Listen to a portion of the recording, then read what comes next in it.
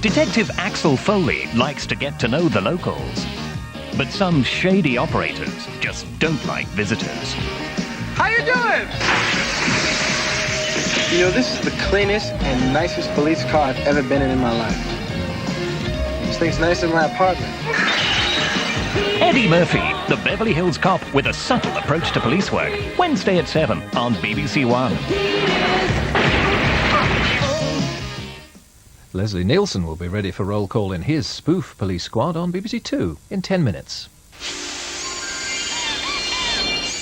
And stop that ridiculous noise! Easy going. Couldn't you just get down on your hands and knees and suck the carpet? Charming. Hallelujah! Hallelujah!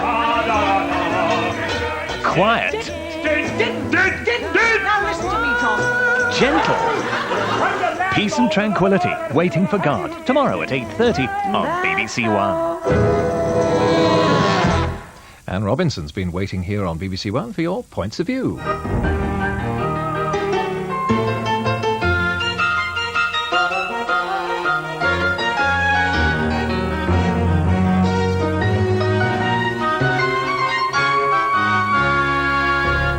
Good evening. And does Nanny know best? Was a cement mixer running amok during the athletics? Has the travel show got its history in a twist? And was Brucey being horrid to Big June? We found Bruce Forsyth's persistent remarks about a contestant's size on Friday to be offensive. It's a shame he can only find humour at the expense of other people. And the poor lady was subjected to degrading comments just because she was slightly larger than your average size 8. And I find this kind of humour absolutely the lowest, and it made me squirm in my seat. Oh. It must have been a very difficult time for June, dealing both with the anxiety of appearing on television and hurtful comments about her person. Well, for those who didn't see poor old June battered, beaten, humiliated and crushed by Brucey, here's a little bit. It's on the snake. Look, read it that way up. There we go. I'm going to grasp an asp in my grasp whilst grasping my last. Now, this is your big dying scene, so you let the ass bite you on the bosom. Which one?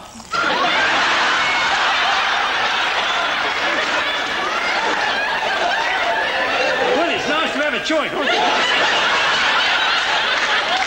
God, I wish I was playing the snake now. June Hall, a star, if ever there was one, and in absolutely no need of sympathy, only a good agent. What is good and what is bad behaviour is very much the subject of Nanny Knows Best, a delightful new series.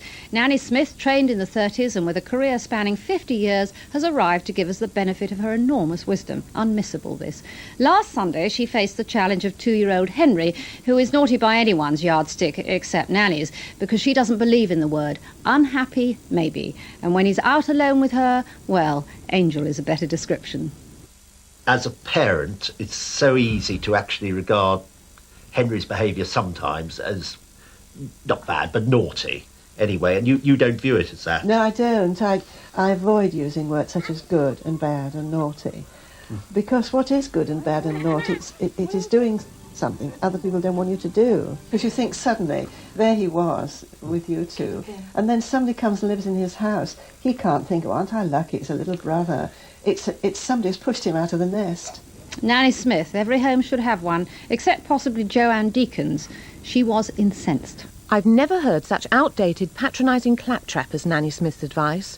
Little Henry kicking hell out of his baby brother and then attempting to wreck the house should have had a sharp slap on the backside, not been made the sole object of his parents' love and time. Mrs. Deacon, the mother of 2 grown-up sons, goes on. I believe a slap, when justly deserved, is the only way to show a child exactly what is acceptable behaviour and what is naughty, dangerous or unacceptable. Yes, Nanny, naughty. The word does exist and is applicable. But carry on, Nanny, Esther and the like. Never smack, spoil the brat rotten. And when it grows up to be a sneaky, peevish little thug, don't worry. Some well-meaning social worker will make sure the pattern you set in infancy goes on. At Crystal Palace last Friday, there was apparently a mysterious piece of equipment careering round the track. Alan Constable of Maidstone asks, did anybody else see it? At the Mobile Athletics Grand Prix, I'm sure an out-of-control cement mixer was racing along the finishing straight. Sort of. Jackson coming through on him and Jarrett going well too. And Jackson leading. And Colin Jackson storming away from McCoy. In fact, I think Jarrett may well have come through on the near side. In fact, it's known in the trade as camera 10, not out of control but remotely controlled to bring you this picture. A magnificent trail leg into that stride, and look at that for an advantage against a class field like this. Screen 1 this week was another classic. A Foreign Field told the gentle story of a group of war veterans returning to the Normandy landing of World War II. Passion, poignancy, humour and an incredible cast. Alec Guinness, Lauren Bacall, Jean Moreau, Leo McKern and Geraldine Chaplin. A sack full of mail, the duty office bombarded with calls of praise. Raymond Batkin will speak for the nation. This must have rated as a veritable acting masterclass for established, never mind budding thespians. Compassion, forgiveness, tolerance, understanding, nearly every virtue that seems in such short supply today came through. We have a clip, but not till the end, so don't rush out early to put the kettle on. And letters still coming in, incidentally, about Screen 1's offering the week before, Wide-Eyed and Legless, starring Julie Walters as a woman battling against a cruel wasting disease. And it is the definition of the disease which struck Diana Longden which is the cause of continuing debate.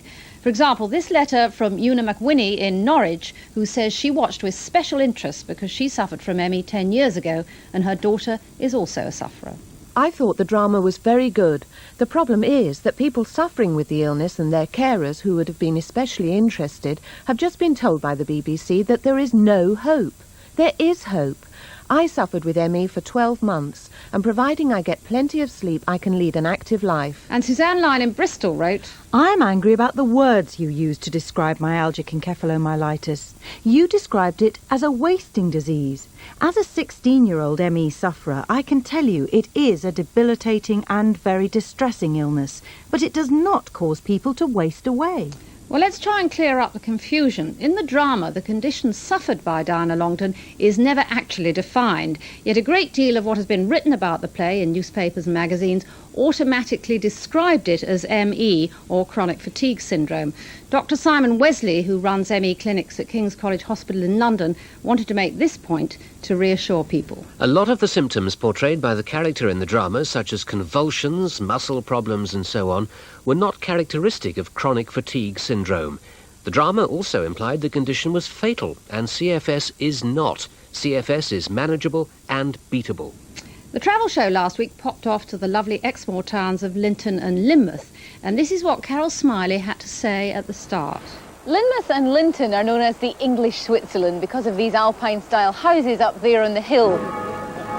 When the Napoleonic Wars discouraged Victorians from travelling abroad, they came here to Linton. David Poole of Bristol wondered if his ears deceived him.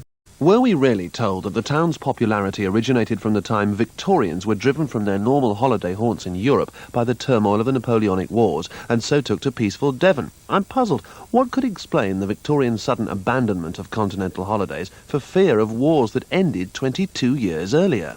He has a point. Waterloo was 1815 and Queen Victoria turned up in 1837. The producer says it was the knock-on effect. Her name is Linda Bell. Any more letters to her, please, not me. How's this for a credit? Here's the man, Kerma cooking. See his hair? Here's the credit, his hairdresser. Mr. E. Cheshire pleads. Please let me know when the position becomes vacant. It must be money for old rope. I'll leave you with a piece of drama classic from a foreign field. Jean Moreau is singing to them. Quand il me prend dans ses bras, il me parle tout bas, je vois la vie en rose. Il me dit des mots d'amour, des mots de tous les jours, et ça me fait quelque chose. Il est entré dans mon cœur une part de bonheur, non, je connais la cause.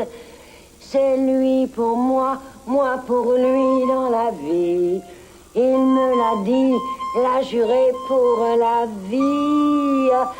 Then we'll never part again.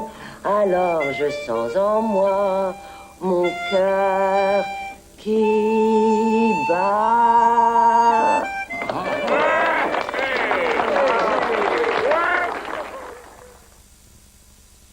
On BBC Two at 9:25, Kevin McNally and Phyllis Logan arrive at the final episode of the political satire Love and Reason. As principal, Michael Clarke was a radical appointment. I don't believe I have the truth. I simply have an alternative model. Progressive and nonconformist. Make no mistake about it, I'm in charge. His commitment is to education. I would not anticipate less than half of the staff currently here being in post by September. And a better future for all his students. These students are going to do well. It is my job to make sure they fly. An educator with almost missionary zeal. I cannot do it for you. The new principal, Inside Story, in half an hour on BBC One. The 9 o'clock news now on BBC One with Mark. Not any film star. Well, no, not Groucho Marx.